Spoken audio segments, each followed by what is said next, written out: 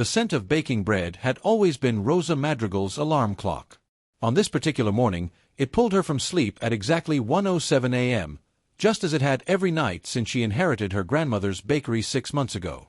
The familiar aroma of yeast and warm flour drifted up the narrow stairs to her apartment above the shop, but something was different. Mixed with the usual scents was a note of something older, mustier, like yellowed pages in forgotten cookbooks. Rosa slipped out of bed, her bare feet finding the worn wooden floorboards without need for light. 5 generations of Madrigal women had lived in this apartment, walked these same boards, breathed this same sweet air. But none of them had ever mentioned what happened at 1:13 a.m. She discovered it by accident 3 weeks ago, during a late-night baking session. One moment she'd been alone in the modern kitchen with its gleaming stainless steel appliances and digital scales, and the next, well, that was the night everything changed. Rosa glanced at her phone.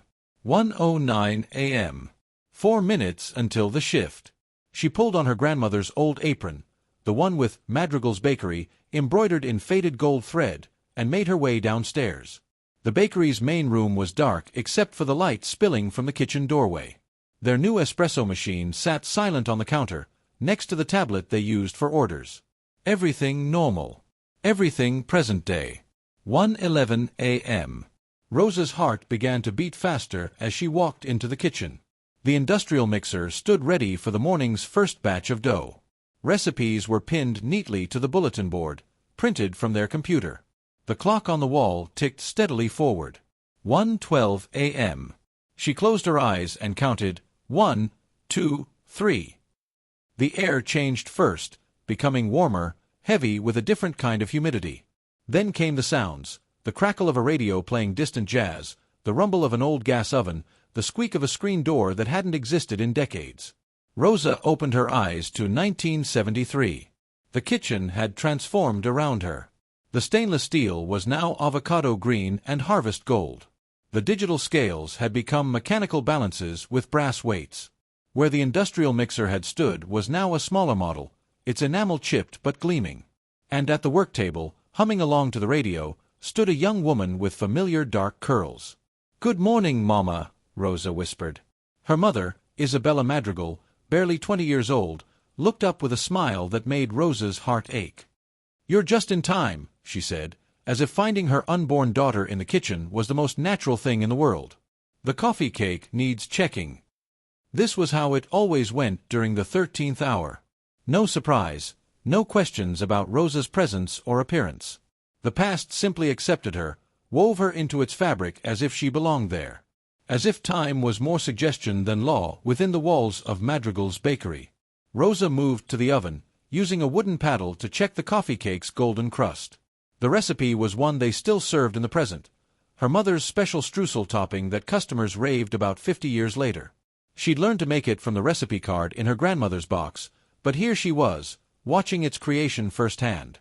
"Perfect timing," Isabella said, coming to stand beside her. "Just like your grandmother taught me. Though I suppose you learned it from me." Rosa nearly dropped the paddle. In 3 weeks of these encounters, neither her mother nor anyone else from the past had ever acknowledged the strangeness of her presence. You know who I am?" Isabella laughed, the sound exactly as Rosa remembered from childhood. "Of course I do, mi amor. The bakery knows its own.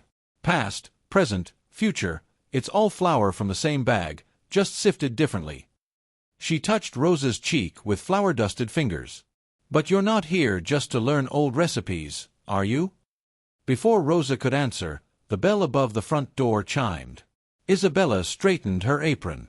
"That'll be Mr. Reeves. Early as always, even 50 years ago, no." Rosa knew Martin Reeves. He still came to the bakery every morning in the present, now well into his 80s, for his coffee and cherry Danish. But she'd never seen him like this, young, sharp in his police uniform, his dark hair untouched by gray. "Morning, ladies," he called out, then stopped short at the sight of Rosa. Something flickered in his eyes. Recognition? But that was impossible. She hadn't even been born when he was this age. "The usual, Martin?" Isabella asked, already reaching for the Danish case. "Actually," he said, his voice tight with an emotion Rosa couldn't quite identify, "I came to warn you." About tomorrow night. About the fire. Rosa felt her world tilt. The fire. The one that had destroyed half of downtown Pine Valley in 1973. The one that had started in the abandoned warehouse next door to the bakery. The one that her mother never talked about, that had left physical and emotional scars on the community for decades. Fire? Isabella asked, but Officer Reeves was looking directly at Rosa now. You're her daughter, aren't you? Isabella's little girl. The one she used to talk about before. He trailed off, shaking his head. I thought I was losing my mind, seeing you here these past few weeks. But you're real. You're from after. How do you know about me? Rosa whispered. Because Isabella told me. Tomorrow night, after we got her out of the bakery. She was delirious, talking about her future daughter who came to warn her, but we thought it was just the smoke, the trauma. He straightened his shoulders. I've spent 50 years wondering if I imagined it all. Then 3 weeks ago, I saw you here, looking exactly like she described. And I knew. Rosa gripped the edge of the work table, her knees weak. The fire starts at 3 a.m., she said. In the warehouse. They never found out how. No, Officer Reeves said quietly. They didn't. But I always wondered about those boxes I saw being moved in there yesterday. The ones that smelled like chemicals. Isabella touched Rosa's arm. Is this why you're here, mi amor? To stop it? I don't know. But she did know. She'd felt it from the first moment she discovered she could visit the past. The weight of possibility, the chance to change something that had haunted their community for half a century. The radio crackled, its jazz replaced by static. Through the kitchen window, Rosa could see the sky beginning to lighten, but that was wrong. It was still the middle of the night. The hour's ending, Isabella said. Sooner than usual. Listen to me, Officer Reeves said urgently. Tomorrow night, no, tonight in my time, I'm on patrol. If someone were to call in a suspicious activity report about the warehouse, I'd have to check it. Before 3 a.m. Rosa felt the air beginning to shift, the past starting to slip away. But changing things, wouldn't it be dangerous? Her mother's hand found hers, solid despite the thinning reality around them. Everything worth doing has its price, mi amor. You taught me that. She smiled. Or you will teach me that. Time is funny that way. The last thing Rosa saw before the past faded completely was Officer Reeves picking up the bakery's phone, holding it out to her like an offering or a warning. Then she was back in her modern kitchen, surrounded by stainless steel and digital displays. Everything exactly as it had been. Almost everything. On the bulletin board, pinned among the printed recipes, was a yellowed piece of paper she'd never seen before. In her mother's handwriting was a simple message. Asterisk, some fires destroy. Others refine. Choose wisely, mi amor. Asterisk. Rosa looked at her phone. 2:17 a.m. Less than an hour until the fire would start in the past. Less than an hour to decide whether to change history. She picked up her phone and began to dial, knowing that somewhere 50 years ago, a young police officer was waiting for a call that could change everything, for better or worse. The night was about to become very interesting indeed. The phone felt heavy in Rosa's hand as she ended the call. She'd done it, reported suspicious activity at the warehouse to the police dispatcher in 1973. Now all she could do was wait, watching the digital clock tick closer to 3 a.m., wondering if she'd just made the biggest mistake of her life. Or perhaps the biggest mistake in 2 lives. A sound from the front of the bakery made her jump. Someone was unlocking the door, which should have been impossible, since she'd personally thrown all 3 deadbolts earlier that evening. But then again, impossible had become a relative term lately. Rosa, a familiar voice called out. You here, sweetheart? She froze. It was her mother's voice, not the young version from 1973, but the Isabella Madrigal she'd grown up with. The one who had passed away 3 years ago. Mama! Rosa stepped into the front room and stopped short. Isabella stood there, but not as Rosa had last seen her. This version of her mother was somewhere in her 40s, her dark hair streaked with silver, wearing the same apron she'd had on in 1973, but aged, faded, the embroidery patched in places. Oh good, you're still here, Isabella said, as if appearing in a supposedly locked bakery in the middle of the night was perfectly normal. "We need to talk about what you just did." "How? How are you here?" Isabella gestured around at the bakery. "The 13th hour isn't just about visiting the past, mi amor. It's about all times existing at once within these walls. Usually, it's more structured, organized. But you've started something moving that's making things fluid." She touched one of the modern display cases, and Rosa watched in fascination as it flickered between different versions of itself. Modern glass and chrome, vintage wood and glass, back to modern again. "The fire," Rosa said. "I had to try to stop it." "I know. I remember both versions now, the timeline where it happened and the one where it might not." Isabella's expression grew serious. "But changing the past isn't like adjusting a recipe, Rosa.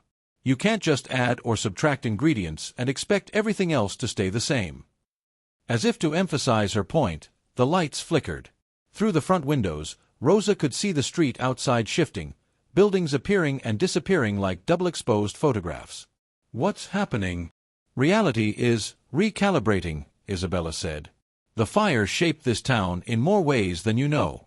The rebuilding brought new people, new businesses. Some families moved away, others moved in. Marriages happened or didn't happen. Children were or weren't born."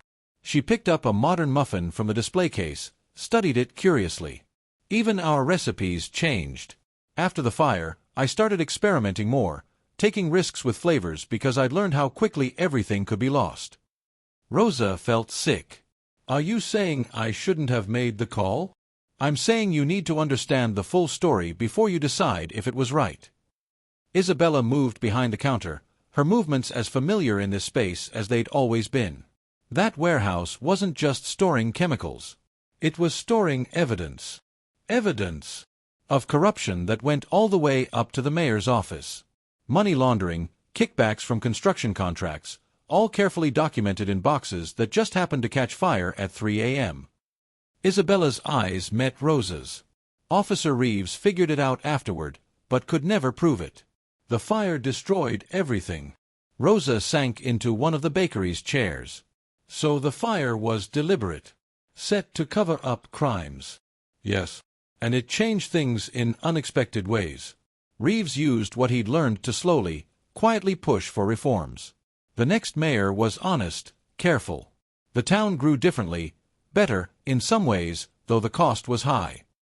Through the windows, Rosa could see Officer Reeves himself walking past, but not the young version from 1973 or the elderly regular from her present. This one was middle-aged, in plain clothes rather than a uniform. As she watched, he flickered and changed, becoming younger, older, disappearing altogether before reappearing. "Time is trying to decide which version of him should exist," Isabella explained. "Your phone call might save the evidence, expose the corruption immediately.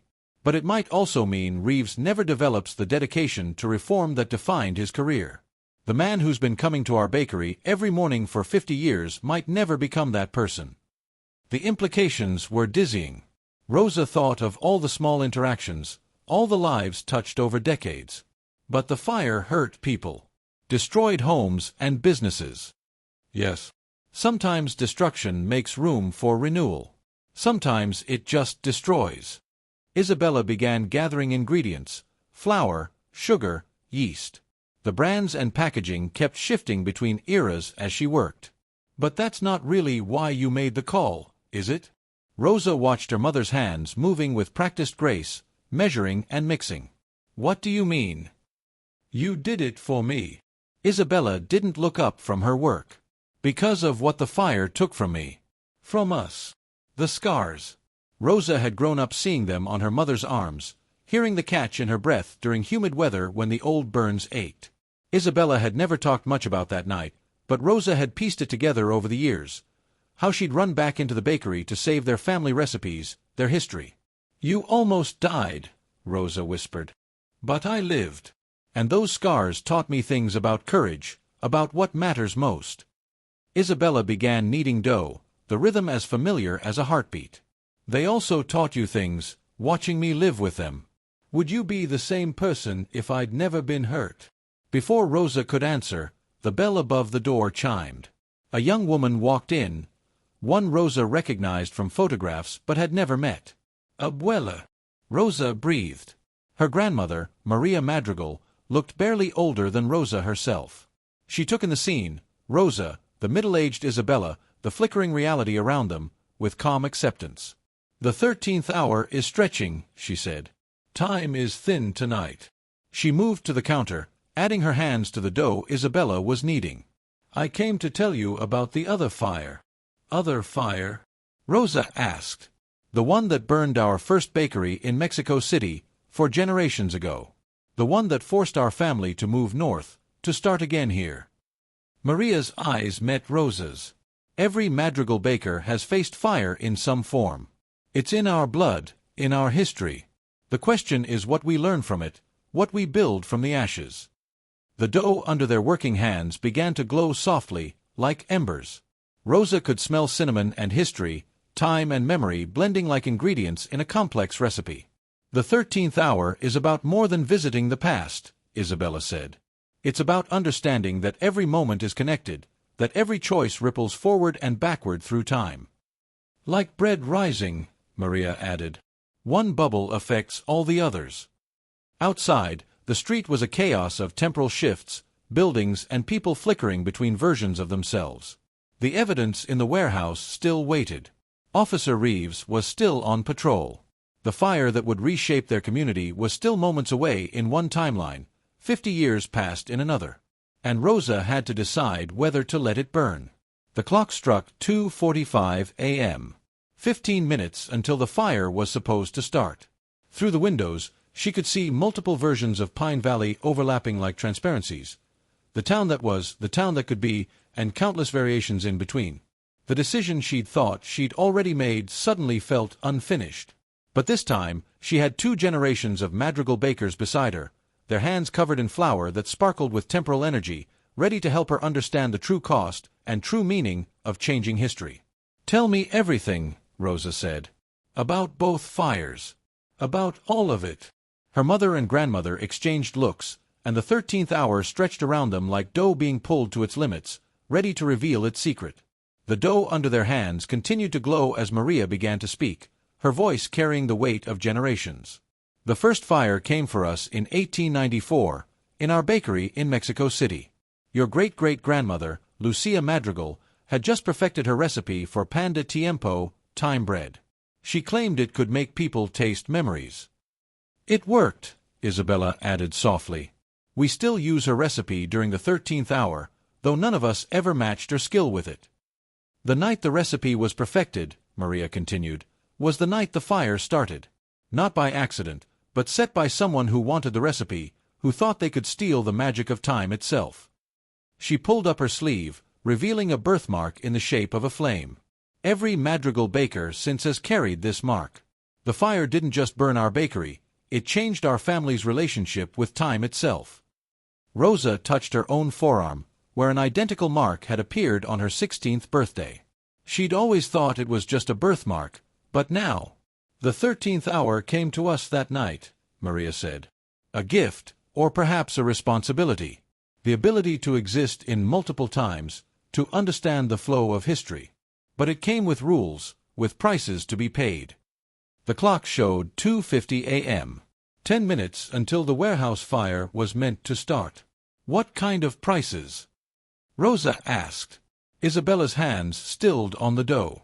"Changes can be made, but there must be balance. Save one thing, and another may burn. Prevent one loss, and another will take its place." As if in response to her words, the temporal fluctuations outside intensified.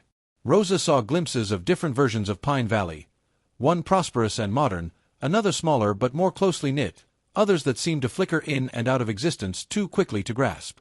"The corruption in the mayor's office," Rosa said slowly. "If it's exposed now, in 1973. Then the slow, careful reforms that shaped our town never happen," Maria finished. "The evidence saves some reputations and ruins others. Families leave or stay. Children are born to different parents, or not at all. And the lessons that can only be learned through fire and rebuilding are never taught." "But people were hurt," Rosa protested. Mama was hurt. Yes, Isabella said, touching her arms where the burns would be, or had been, or might never be. But pain shapes us too. Those scars taught you compassion, taught our customers the value of community as they helped us rebuild. Even Officer Reeves was shaped by that night, by his dedication to uncovering the truth no matter how long it took. The dough they were kneading began to shift and change, showing images from different timelines. The bakery rebuilt after the fire, modernized and expanded. The bakery as it might have been without the fire, smaller but unchanged. Other versions that seemed to exist between possibilities. There's something else you need to know, Maria said. About pan de tiempo, and why it only works during the 13th hour. She reached into her apron pocket and pulled out a recipe card so old its edges crumbled. The handwriting was faded but clear. Lucia's original recipe for bread that could make people taste memories. The secret ingredient isn't in the flour or the yeast, Maria explained. It's in the moment of baking, in the space between what was and what could be. Every loaf carries the weight of choice, of consequence. Rosa looked at the recipe, understanding finally dawning. The 13th hour isn't just about visiting the past, is it? It's about understanding it. About seeing how everything connects. Isabella smiled. Now you're thinking like a Madrigal baker. The clock struck 2:55 a.m. 5 minutes left. Outside, Officer Reeves appeared again. Multiple versions of him, each representing a different possible future.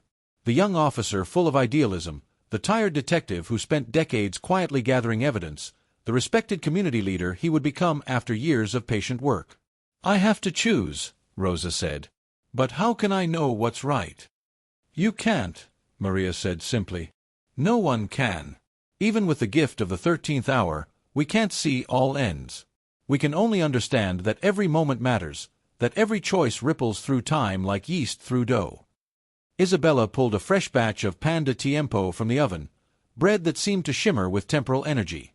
Taste, she said, breaking off a piece. Rosa put the warm bread to her lips. Instantly, she was flooded with memories, not just her own, but those of every customer who had ever entered their bakery.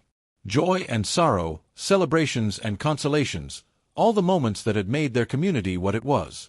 She tasted her mother's courage on the night of the fire, Officer Reeves's quiet determination as he pieced together evidence over decades, the strength of a town rebuilding itself from ashes. And she understood. Rosa reached for the phone again, but this time she dialed a different number. Through the window, she could see young Officer Reeves pause at his patrol car, answering his radio. Fire department, she said clearly. There's going to be a fire at the warehouse on Pine Street.